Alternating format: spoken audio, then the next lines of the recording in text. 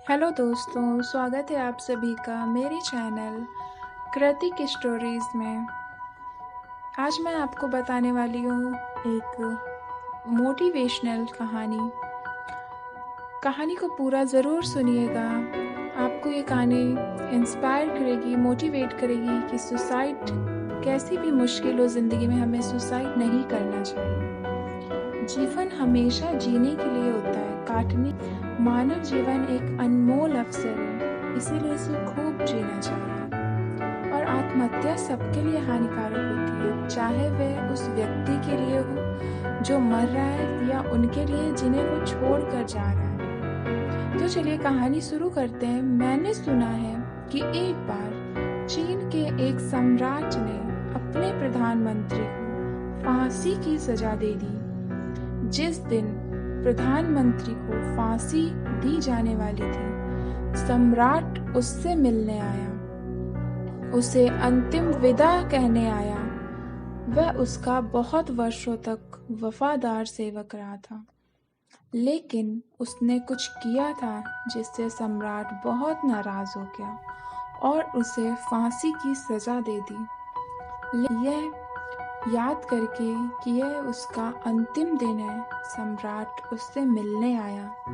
जब सम्राट आया तो उसने देखा कि प्रधानमंत्री रो रहा है, उसकी आंखों से आंसू बह रहे हैं। यह सोच भी नहीं सकता था कि मृत्यु उसके रोने का कारण हो सकती है, क्योंकि प्रधानमंत्री बहुत बहादुर आदमी था। उसने कहा, यह कल्पना करना भी असंभव है कि तुम मृत्यु को निकट देखकर रो रहे हो। यह सोचना भी असंभव है। तुम बहादुर आदमी हो और मैंने अनेक बार तुम्हारी बहादुरी देखी है। अवश्य कोई और बात है। क्या बात है? यदि मैं कुछ कर सकता हूं तो जरूर करूंगा। प्रधानमंत्री ने कहा, अब कुछ भी नहीं किया जा सकता और बताने से भी कुछ लाभ नहीं होगा, लेकिन अगर आप जिद करेंगे तो मैं अभी भी आपका सेवक हूँ, आपकी आज्ञा मानकर बता दूंगा। सम्राट ने जिद की और प्रधानमंत्री ने कहा, मेरे रोने का कारण मृत्यु नहीं है, क्योंकि मृत्यु कोई बड़ी बात नहीं है। मनुष्य को एक दिन मरना ही है, किसी भी दिन मृत्यु हो सकती है। तो मैं बाहर खड़े आपके घोड़े को देखकर रो रहा था। सम्राट ने पूछा, घोड़े के कारण रोते हो, लेकिन क्यों? प्रधानमंत्री ने कहा, मैं जिंदगी भर इसी तरह के घोड़े की तलाश में रहा, क्योंकि मैं एक प्राचीन कला जानता हूँ। मैं घोड़े को उड़ना सिखा सकता हूँ, लेकिन उसके लिए खास किस्म का घोड़ा चाहिए। यह उसी किस्म का घोड़ा है और यह मेरा अंतिम दिन है। मुझे अपनी मृत्यु की फिक्र नहीं है। मैं रोता हूँ कि मेरे साथ एक प्राचीन कला भी मर जाएगी। सम्राट की उत्सुकता जगी, घोड़ा उड़े, यह कितनी बड़ी बात होगी। उसने कहा, घोड़े को उड़ना सिखाने में कितने दिन लगेंगे? प्रधानमंत्री ने कहा, कम से कम 1 वर्ष और यह घोड़ा उड़ने लगेगा। सम्राट ने कहा, बहुत अच्छा, मैं तुम्हें 1 वर्ष के लिए आजाद कर दूंगा, लेकिन स्मरण रहे, यदि 1 वर्ष में घोड़ा नहीं उड़ा तो तुम्हें फिर फांसी दे दी जाएगी, और यदि घोड़ा उड़ने लगा तो तुम्हें माफ कर दिया जाएगा।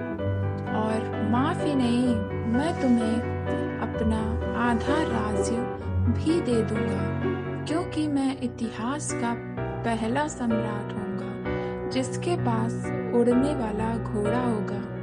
तो जेल से बाहर आ जाओ और रोना बंद करो। प्रधानमंत्री घोड़े पर सवार प्रसन्न और हंसता हुआ अपने घर पहुंचा। उसकी पत्नी अभी भी रो धो रही थी। उसने कहा, मैंने सब सुन लिया है।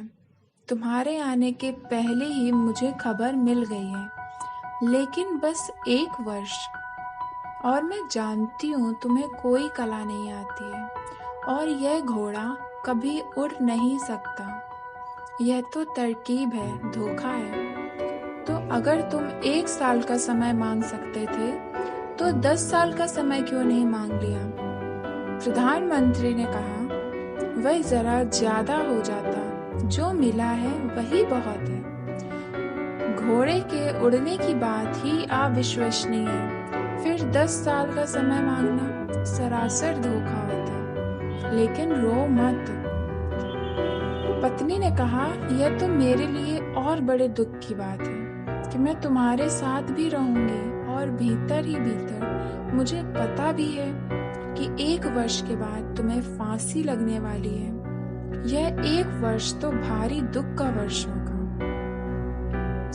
प्रधानमंत्री ने कहा, अब मैं तुम्हें एक प्राचीन भेद की बात बताता हूँ जिसका तुम्हें पता नहीं है।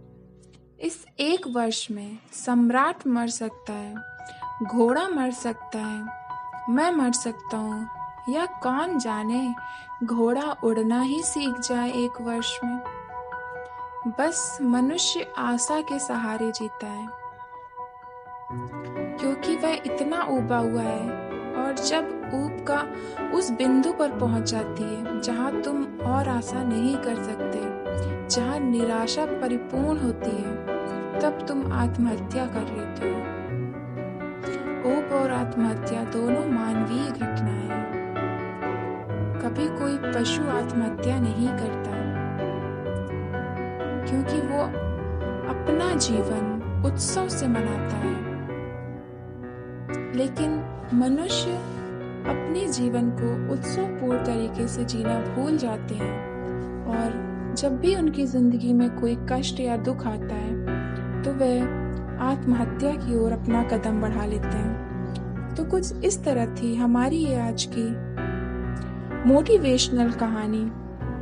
अगर आपको भी ये स्टोरी अच्छी लगी हो तो प्लीज़ लाइक और शेयर ज़रूर कीजिएगा, और आपको ऐसी स्टोरी सुनना अच्छा लगता हो तो प्लीज़ मेरे चैनल को सब्सक्राइब कर लीजिए।